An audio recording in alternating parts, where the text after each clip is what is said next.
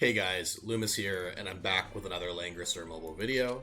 So we are headed into the last weekend of Apex Arena next week, and we are going to review the Mercenaries for this last weekend of Season 1. And there are definitely some interesting things this week, so stay tuned to hear about what we have for Mercenary options. So to start here, we have a Juggler.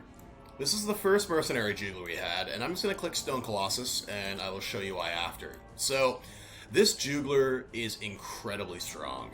The defense is at 477. The magic defense is a little bit low, so, you have to watch out fighting any Lianas or Rachels, but strong HP, it's fully runed, it has best in slot equipment everywhere. One critique I do have is that it has the Steel enchant instead of Thorns, which, Thorns is way better for Juggler because it threatens mages that attack him. But, this is still quite a strong Juggler. It has Spirit Boots, which is my personal favorite accessory for him because it lets him Beast Shock and then reposition for, maximum tech. It's a very powerful move. This Juggler is very strong. This is by far and away the best Mercenary that they have given us in any week, and it's not even close.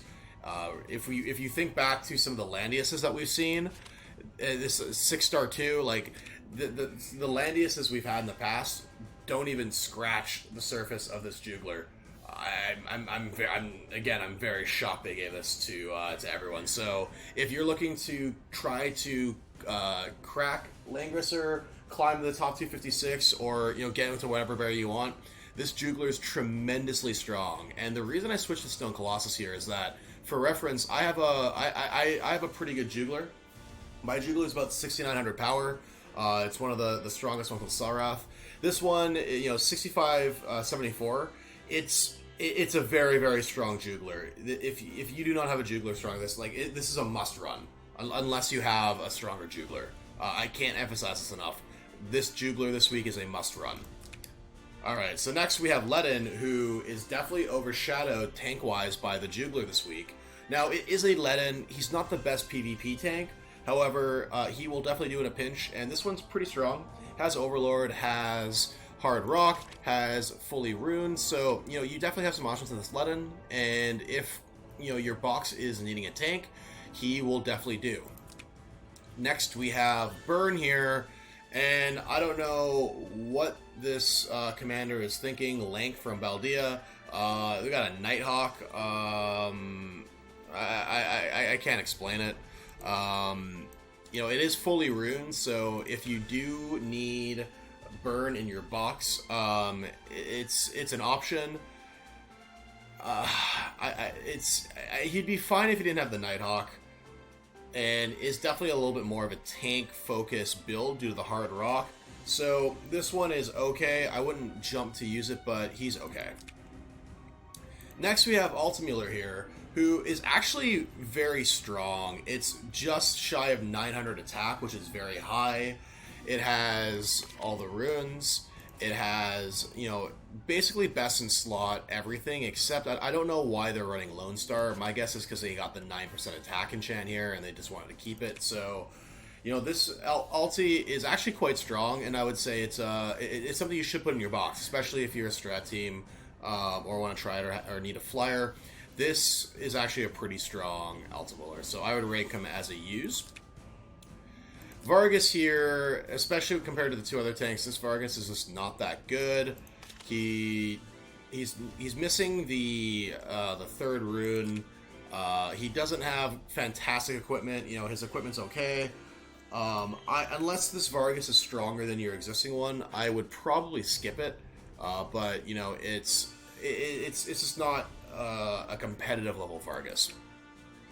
Next we have Jessica here, who I would actually rate her as a use if she had mass heal, but sadly she does not. She does have a couple things going for her.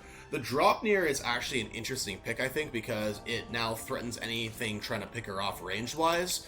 The clock I'm not a huge fan of because she just doesn't really have the skills to necessitate it.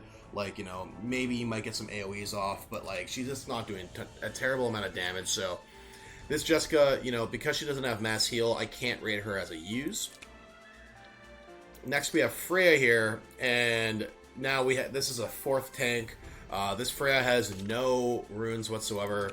Unless you really need an origin buffer in your box, stay away from this Freya. She's not very good. Now we have a Liana. Now this Liana does not have any runes, so that's an important thing to note. It has decent equipment, and if this Liana is stronger than yours, it's a very easy plug and play. If otherwise, it's a skip, but it has just enough for it to be okay. Now, I don't know what is going on here, because you might recognize this Karakasa from the week of September 30th. So 3 weeks ago, Vega from Carmen City had this Karakasa with his Pokemon collector type enchants, and I have no idea how this unit got picked twice. So, Vega, congratulations on your 10 free Trinity vouchers. I'm very jealous and I kind of hate you, because I don't know.